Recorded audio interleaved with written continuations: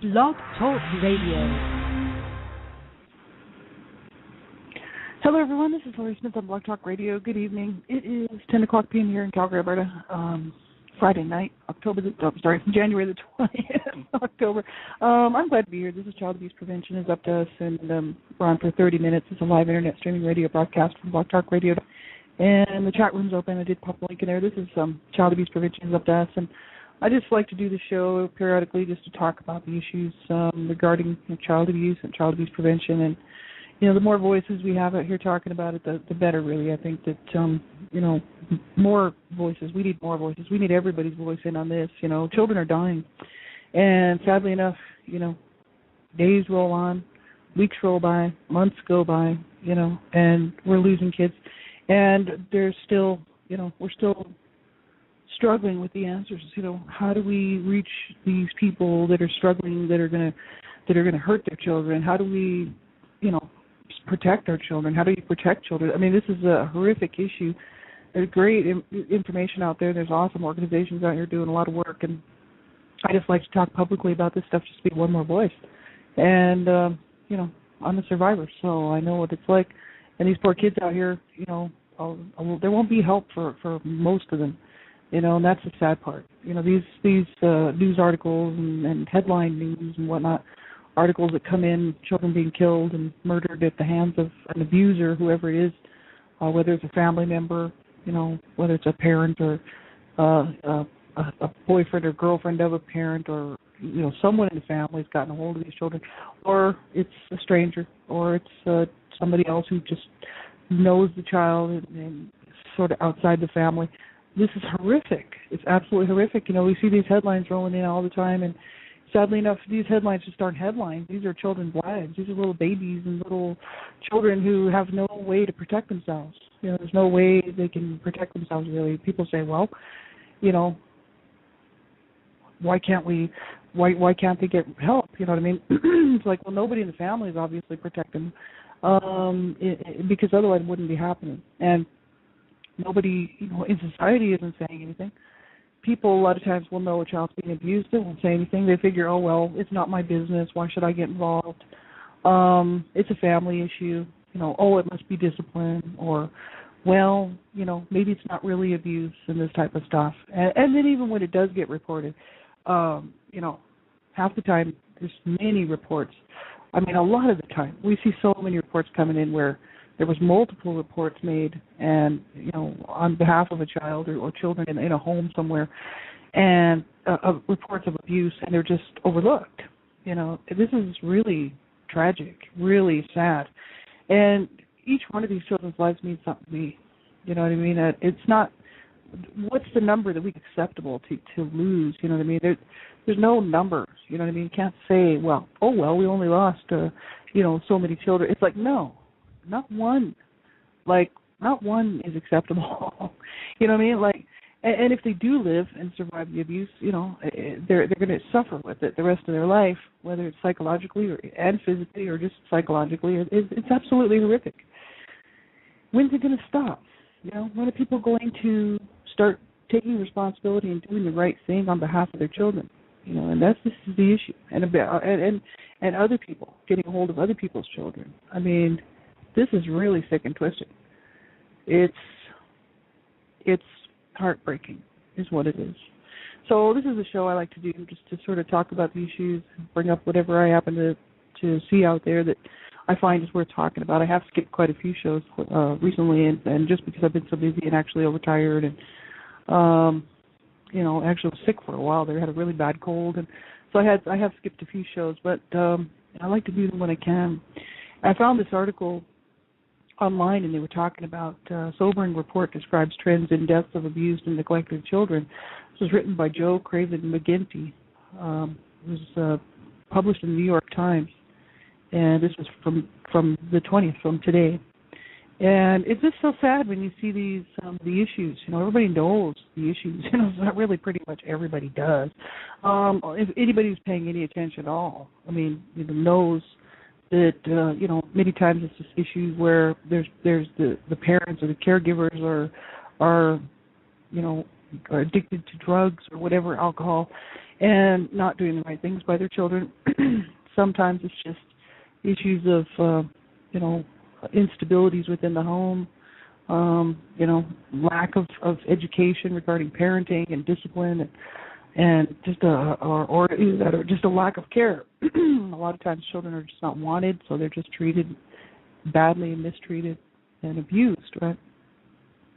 And it's just, it's so tragic, you know what I mean? Because every time you see one of these headlines come up, and there's these little pictures of these little children, their little picture there, that child's not going to get a chance to live. That child's gone, dead. You can't bring them back. There's no way to bring that little child back, and that little child lost their right to life. This is a very basic human right and child right, human rights. That's life, right? And what do these people get? The sentencing is ridiculous, Like sometimes we see these sentences, 2-3 years, and then they get off like 6 months later for good behavior and stuff. Murdering a child, this is murder. And really, child abuse of any kind is really murdering a child, whether it physically kills them or not, because it will murder the child's soul, will murder the child's spirit. And even if the violence is secondhand and the child's just involved in a situation where there's domestic violence or a lot of abuse and violence within the home, maybe not even directed at the child or children, they're going to witness that. They're going to suffer inside because of that. And the world, really, society, North America and worldwide, just says, oh, well, too bad, except for a handful of people who are out here talking about it and actually upset by it. Like, this is really upsetting.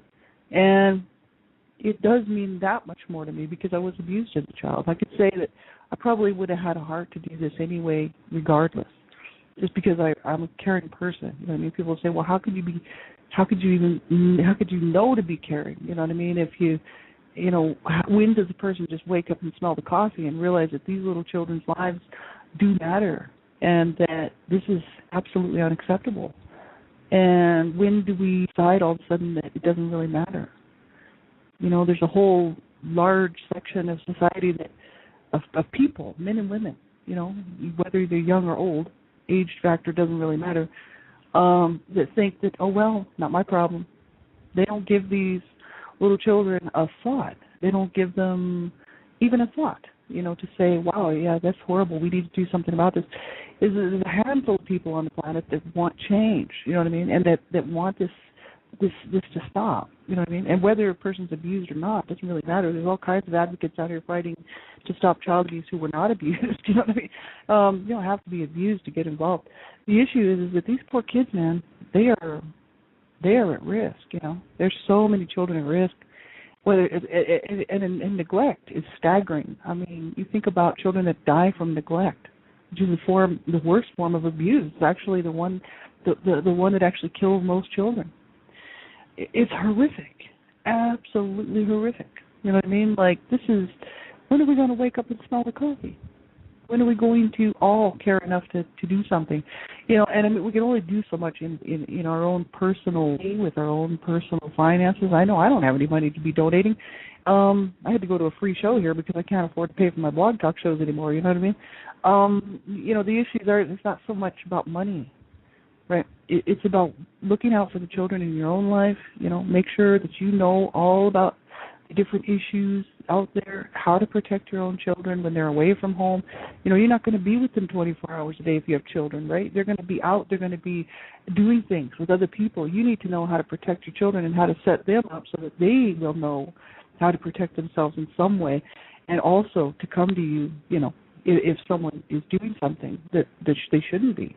This is very important because people don't realize, I think a lot of people don't realize the issues of child sexual abuse, and I talk a lot about this on my shows, and I always ask for people to listen at your own discretion. Tonight's show is sort of, a little different. I'm not really getting into the subjects too deeply.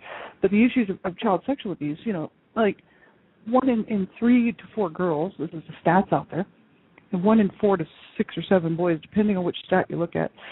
They sort of have changed the stats now and said really they used to say 1 in 7 boys, but 6 or 7 boys, but now they're saying 1 in 3 to 4 girls, 1 in 4 boys, somewhere right around there, will be abused sexually under the age of 18 in some way. Whatever way that is, whether that's unwanted sexual touching, exploitation, molestation, rape, you name it, sexual abuse. And, this is going on, people. And is it going to be one of your 3 or 4 kids? Do you have 3 or 4 children? Is it going to be one of yours? Honestly, this is not a lie. Check the stats out. Check the facts out. And if you have children, make sure that you know, how to talk to them and how to protect them and how to help them stay safe, and not just from stranger danger. 95% of child sexual abuse occurs from somebody in the family. Whether it's a parent, a grandparent, aunt and uncle, brother, sister, cousins, whatever. Other children in the family, right? It's just 90. They say 90 to 95%, whichever where you get your stats, depends on where you're looking. It's right about 90 to 95% is a family member or somebody the child knows and is looked at and looked upon as being a family member. The other 5 to 10% is stranger danger. And that would be like, a teacher, coach, somebody in the church, a neighbor looking after the children, babysitter, daycare personnel, right? You got to know who your children are with. And you got to know that child sexual predators do like to work around children. And they like to have access to children. And so the 5 to 10% of stranger danger isn't generally going to be somebody who's just walking down the street. It can happen. I was kidnapped 5 times. Actually, almost kidnapped 5 times. Thank God I was lucky to get away all 5 times. Except for I was sexually abused within my own family. So there you go. Stranger danger, it's out there. You do have to alert your children to stranger danger, but you also really need to be alert for family members abusing children sexually, because it seems to be the norm. It seems to be like the way to go. You look at how many people are survivors of child sexual abuse and their stories and who abused them sexually. And in almost every case, except for a few cases that I've run into, it's been a family member or somebody the child knew, right? We can't do enough. We can't talk enough about this stuff. We can't get enough information out to people. You know what I mean? There's not enough time because children are sitting ducks, And honest to God, people say, well, I can't go around being paranoid my whole life. Well, you know what? No, that's not a good way to live. And that's not a good way to bring up your child either. Knowledge. Knowledge is power, and knowing how to protect yourself and knowing how to protect your children is power. Absolutely it is. And, your children are still sitting ducks. But if they're empowered to know that they can come to you at any time or tell anybody, that's, if somebody tries to do something to them that's inappropriate sexually, somebody tries to touch them or hurt them in any way, that they have the right to tell somebody and get some help, and that they have to, that they just must, you know what I mean? Because so many times, child sexual predators, especially within families, will make it a game, it's our secret little game, and so many times, because that's how these abusers, get these children, especially little children, who don't have a clue, right? And so, it's just really important to get the information and get the facts. And you can find that information anywhere. Dreamcatchers for Abused Children. You can get that from Little Warriors out of Edmonton. You can get that information from the Child Welfare Information Gateway, RAIN, and just you name it. Just start looking around. There's some great TALK, TAALK.org. There's awesome organizations out there. Child Safe, Child Help, Safe Child Help, and there's just so many. You just start looking around, and you can see that there's lots of great information out there. That you can educate yourself, and then you can help to learn how to educate your children if you have young children at home. And if you don't, just look out for the kids around you. Like they just recently up here in just about 3 hours north of where I live. I'm in Calgary, and about 3 hours north of where I live in Edmonton, there was a little toddler out walking around out in the snow in the freezing cold, minus 30, minus 40 Celsius, like really brutal cold frostbite temperatures. Shoes on and no pants on. A little baby. Now they saved him. He lived. But the thing is this is neglect in the worst way. And people want to say, well, is it? Well, yes, of course, because that child could have died, And at whose fault? Who's letting the kid walk around out there? Who's letting this is absolutely unacceptable. And yet it happens all the time. And people say, well, and then, we have cases of children just being beaten and killed every day. Not just in Canada, all over the world. So, it's really heartbreaking. It really is. And it's something that just goes on day after day after day. And the more people getting involved, support your local schools who are doing work to promote, nonviolent relationship type stuff, healthy relationships. Support local schools that are doing stuff like that. Get involved, support local community centers that are working, to help youth to learn, how to handle things differently, instead of handling them with violence, that they can learn things nonviolent. Because we've got to reach the young people, because these guys are going to be the next set of parents out here, and these young people, they're going to grow up, they're going to finish high school, they're going to go out, and they're going to have children within a few years, because many of them do, and they're going to kill their children. How many of these kids will do that? It's quite staggering to see how many people do with it. A lot of cases of child abuse and neglect is. Now, I'm not saying it's all, because older people abuse children too, but a lot of them come in and the perpetrators were between 20 and 25 years old. And you think, well, what were they learning at home, or what did they not learn at home? That taught them that it was okay to kill or murder or maim their child, or someone else's child. This is what we have to get down to, is the root of the problem. Like, what is going on inside these people's minds, inside their hearts, that they could do this stuff to children, right? These would have been people that just went through the school system a few years ago, right? And you're thinking, what was it that was so screwed up in their, that they would go out and do something like that, to abuse or neglect or kill and murder a child. This is absolutely unacceptable. And we need to get a hold of the young people, and we need to show them a different way.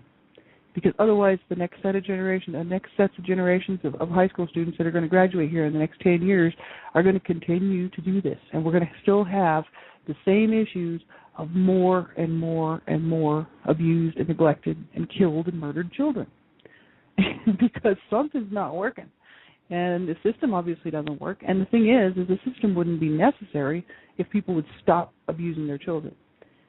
I mean, I like to look at the root of the problem. Everybody likes to blame these, child protective services and whatnot, and put big lumps of blame on all these government agencies that are trying to help save children's lives, because they do make mistakes, guaranteed. The issue is if people would stop abusing children and stop killing children, stop sexually using children, and stop hurting and maiming children, stop psychologically damaging with children, well, then there would be no need for those government agencies. There would be no need for any of this garbage, because people wouldn't be doing that to their children. Who's ultimately to blame? The people who are perpetrating the crime. And child abuse is a crime, and it needs to stop. And we need to reach these young people here in elementary school right now and start working with them to show them that it is absolutely unacceptable, and work with them all the way through high school and even after high school to show them that they are not going to abuse their child. We need to teach, and people say, well, that's just too big of a job. You know what? Well, maybe it is, but you know what? It's to me, it's the only answer. If we're really going to stop child abuse, that's about the only way it's going to happen. Because it's got to stop somewhere. It's absolutely got to stop somewhere. Not every case, that where someone would be sexually abused as a child, because I know I was sexually abused as a child, and that doesn't mean that I'm a child sexual abuser. You know what I mean? That's the farthest thing from it. The issue is that people pass on the cycle of abuse. And so if we can stop the cycle of abuse, then I think we can stop a lot of the other stranger danger type cycle of abuse. Because that the reason why a lot of these people do these things is because they were abused. My parents were both abused, and they just continued on the cycle. So that's really sad, but that's the case. And so if we can nip it in the bud with these younger generations, to say, look, there is a better way. And you don't have to hurt your children. There's ways you can cope. You don't have to hurt your children. There's no need to hurt a child. You can get help, or you can do this, or you can do that instead, right? There's options, right? But for so many of these people out here, they don't feel that they have any options. They don't feel that they have any other options, and they're so used to living their lives in these manners, these really horrible lifestyles. I mean, absolutely. I grew up in that, so I know what it's all about. Where they don't feel there's any help. They don't feel that they have any options, and so they kill their children, right?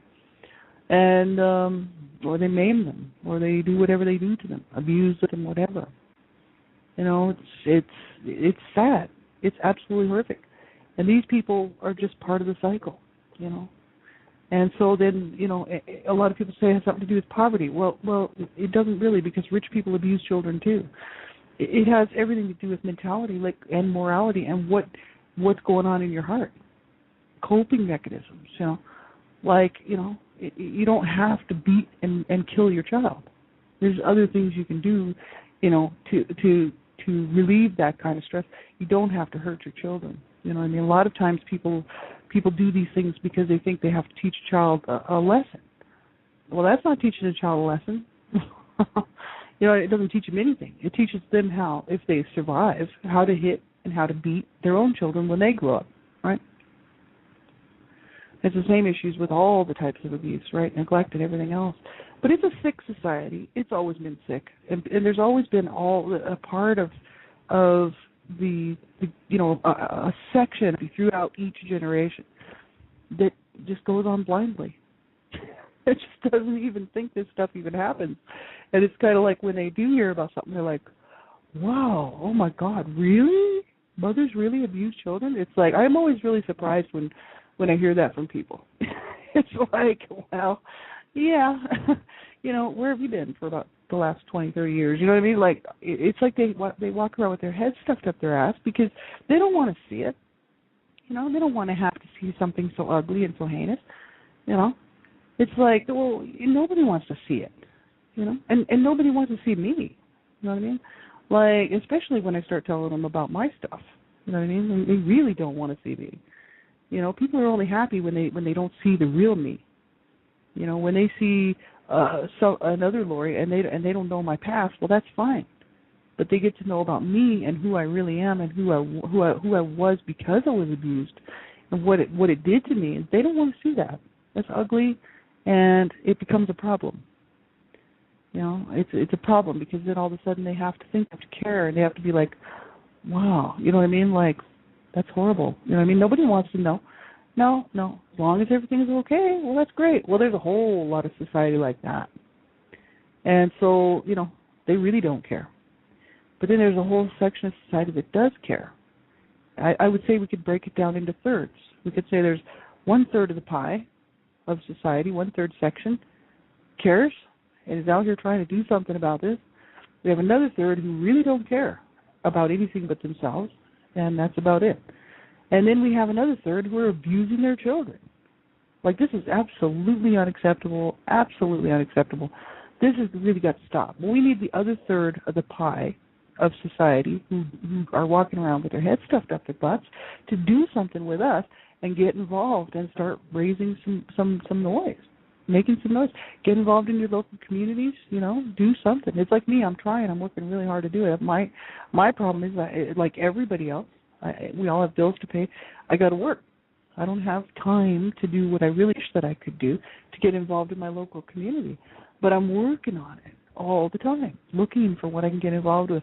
And, just keeping my eyes open. Okay, well, that's great. Okay, maybe I can get involved in this. As long as we're getting involved somewhere, you know what I mean?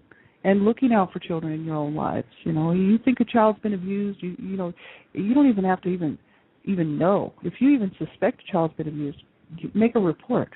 911. It's a crime. File a report with the police department. Because if you're wrong, nothing will be done. It's a call made in good faith. If you're right, you could save a child's life. You could save a child from a life of hell and misery. You know what I mean? It's really sad. I mean, my parents were brought up on charges. Was anything done? No. You know, and that was a long time ago. It was back in the '60s when nobody gave a crap. And today it's very much the same. Reports are made and nothing's done. So many cases, of reports being made, and it takes 50 reports to finally get the child out of the home. I mean, 50 reports. I mean, come on. Before they'll even look at the child. Why? Because there's too many. That's why they can't report on. They can't go check on every child. They have to go on the ones where they get a gut instinct. Okay, we have enough information here that, one tidbit of information more than the last 20. So this one is the one we'll take the time to investigate. Like, this is absolutely epidemic proportions. And people, you know what? It's all hidden away, nicely tucked away. Oh yeah, nobody wants to hear about it. Nobody cares. You never see nothing on TV about it. You know why? Because TV ratings, right? The TV channels would definitely lose ratings if they started posting stuff about child abuse. And yeah, oh yeah, if you start posting prevention of child abuse stuff on TV, people change the channel. Nobody wants to know about that. Nobody cares about those little kids. Nobody gave a shit about me or my siblings. No, they really didn't, and they really don't. Nobody cares about these little kids out here. Well, we survived. I was actually really upset. I was actually hoping my mother would kill me. It didn't happen. Then I thought, well, maybe I'll just kill myself, And then, 5 years ago, I got better, But the issue is that so many kids won't. So many kids out here won't get that chance. They won't live long enough to get that chance, Like, this is horrific, Get involved with the youth clubs. Get involved with whatever you can get involved with. Boys and girls clubs. Get involved. If you like working with kids, get out there and get involved. You know what I mean? Like, do whatever you can. Like, I'm just saying, I finally got off the couch 5 years ago. This was basically when this all happened, about 5 years ago. I thought, you know what? I don't like what I'm seeing out here. I don't like what I'm reading out here. I don't like the fact that children are dying. And it broke my heart because I was like, yeah, I don't like the fact. I don't even like what happened to me. And it's like, I don't like any of this stuff. Like, why am I not speaking out against this? Why am I not saying something? We're all perfectly okay to walk by the woman who has a black eye and a fat lip. We're all perfectly okay to walk by that kid who's got welts on his legs because we don't want to get involved. No, that's somebody else's problem, man. That's just too much, We all do it, And it's sad. It's really, really sad because we're not, as far as I'm concerned, really human. We're all just living these weird little lives, and it's like our communities are sick because anytime you have people doing these horrific things to children, you've got a sick society, and especially to children, like there's a real sickness about that. And we need people to step up to the plate. And we need people to get involved with any kind of program that seems to be working and has actually kind of proven itself within the communities, that it does work, and get involved, what I mean? Whatever way you can. Because I know a lot of times, people say, well, I don't have that much time. I don't have that much money. None of us do. But, one day a month or even one day a year. But just do something. But if everybody pitching in little bits and little bits and little bits, does make a huge difference, in the long run, right? To changing this thing, right?